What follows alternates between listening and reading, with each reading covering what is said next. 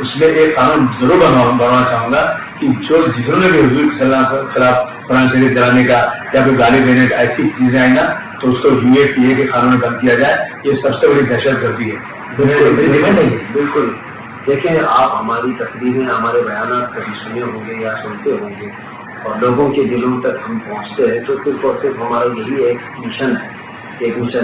اچھا, اس کے علاوہ ہم اس دیش میں رہتے ہیں تو میں کھل کر کے یہ بھی کہتا ہوں کہ نہ ہم کسی کو چھیڑیں نہ آپ ہم کو چھیڑیں. جب قانون بنانا ہو تو ہم تو یہ کہہ رہے ہیں تمام جتنے بھی مقدسات ہیں سب کے نزدیک, جو جس دھرم کو مانتے ہیں ان کے نزدیک کوئی مقدس ہے کسی کے بھی, سب کے لیے قانون بنا دو. جو مقدس حضرات ہیں ان کے لیے آپ کوئی چھیڑ چھاڑ نہ کرو. میرا دین بھی یہ نہیں سکھا. مگر ان کے لیے کچھ ہوتا ہے نا تو وہ اس کو پکڑ کے اس کو برباد کر دیتے ہیں. بالکل.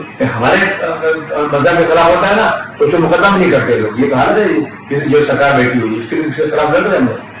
بالکل. ہم اس سلسلے میں میری دعا ہے اور میں صرف اور صرف اپنے نیتاؤں سے اور لیڈروں سے جو بھی چن کر کے جائیں یہی مطالبہ کرتا ہوں کہ آپ قوم و ملت اور ملک کی فلاح و بہبودی کے لیے کام تو کر رہے ہیں, اسی طرح سے حضور پاک صلی اللہ تعالیٰ علیہ وسلم کی عزت کی حفاظت کرنا یہ بہت ضروری ہے. یہ ہمارا ایمان ہے.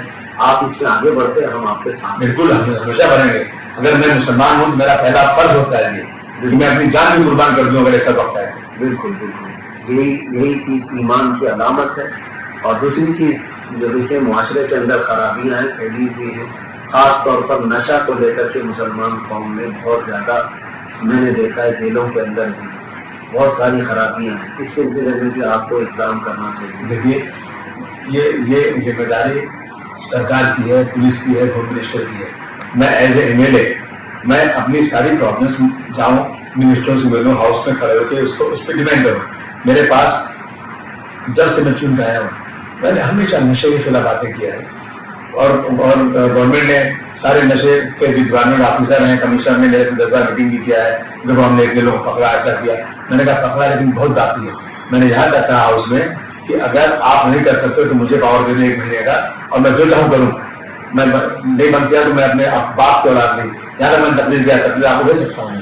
اور اس کا میری ڈیمانڈ پہ ہوم منسٹر نے کھڑے ہو کے جواب دیا کہ ہم پولیس اسٹیشن میں ایک ایسا سیل الگ اسپیشل سیل ڈپارٹمنٹ بنائیں گے جو صرف نشے کے لیے کام کرے گا. کر رہا ہوں میں اسے. اور نشہ تو بڑھتے ہی جا رہا ہے. ماں باپ کی ذمہ داری, سوسائٹی کی ذمہ داری,